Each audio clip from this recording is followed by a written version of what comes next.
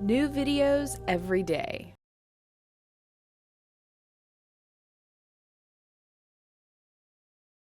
Hi, my name is Gabe Bigger. I'm an active member of Texans for Accountable Government, and I too also attended as a concerned citizen the 2010 National Fusion Center Conference. It was very eye-opening. It was great to be part of a team that were concerned, that are about peace and about changing our government back to restoring a republic that we all believe in through peaceful means. Basically, with what I've learned from the Fusion Center and what concerns me the most is transparency and accountability within their policies.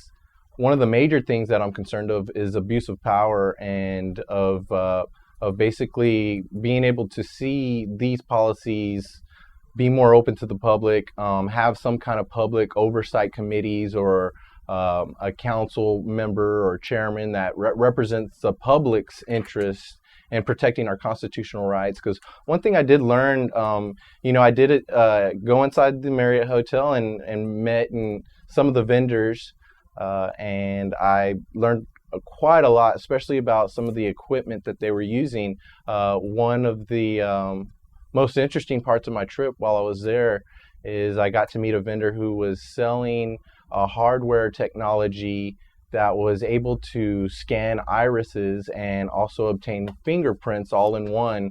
It was a device probably a little bit bigger than my Constitution here, and you could basically just place it up to somebody's face and scan their iris. It didn't take a picture, took a picture of their face, but it actually zoomed in very closely to their iris, and it was about that big on the back of the screen. So it's pretty shocking to see the technology, which he admitted was being used in Afghanistan and Iraq, which he was encouraging to be disseminated out to local law enforcement through sheriffs and city police departments so they could identify potential threats. What concerns me is I think that's a direct violation of our Fourth Amendment right, where the people are to be secure in their papers, persons, and effects. What's really interesting about that is these identification hardware devices circumvent all of that. They don't need your permission. You can't claim any constitutional right. They could just come up and do this and put you in a database, no telling where it's going, who it's able to be manipulated by, or anything like that. So those things are really concerning, especially when you are about peaceful political change, and that you could be possibly labeled as a potential threat.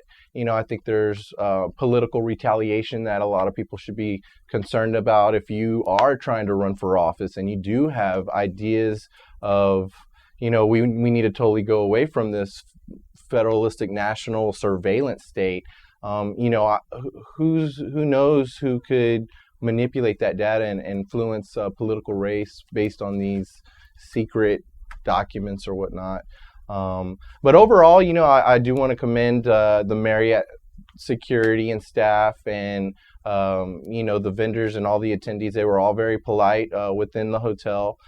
Even New Orleans police outside in the local district, they encouraged us to exercise our First Amendment right for a peaceful assembly and a redress of grievances and a freedom of speech. And so I do want to thank New Orleans Police Department for allowing us to do that and giving us a little more information on how we could do it correctly. I encourage more people to get involved. I attended with all of these guys, and it just really uplifts me to know that these guys are sacrificing their time, their energy, and their money, which really we don't have none. Most of it turned around and went right back to the oil companies on gas.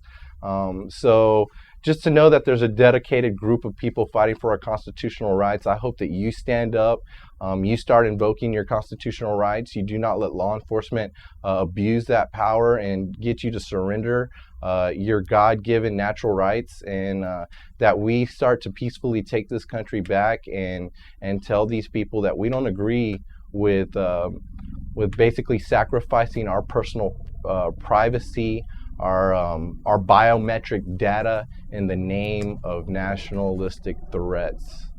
Thank you. Peace.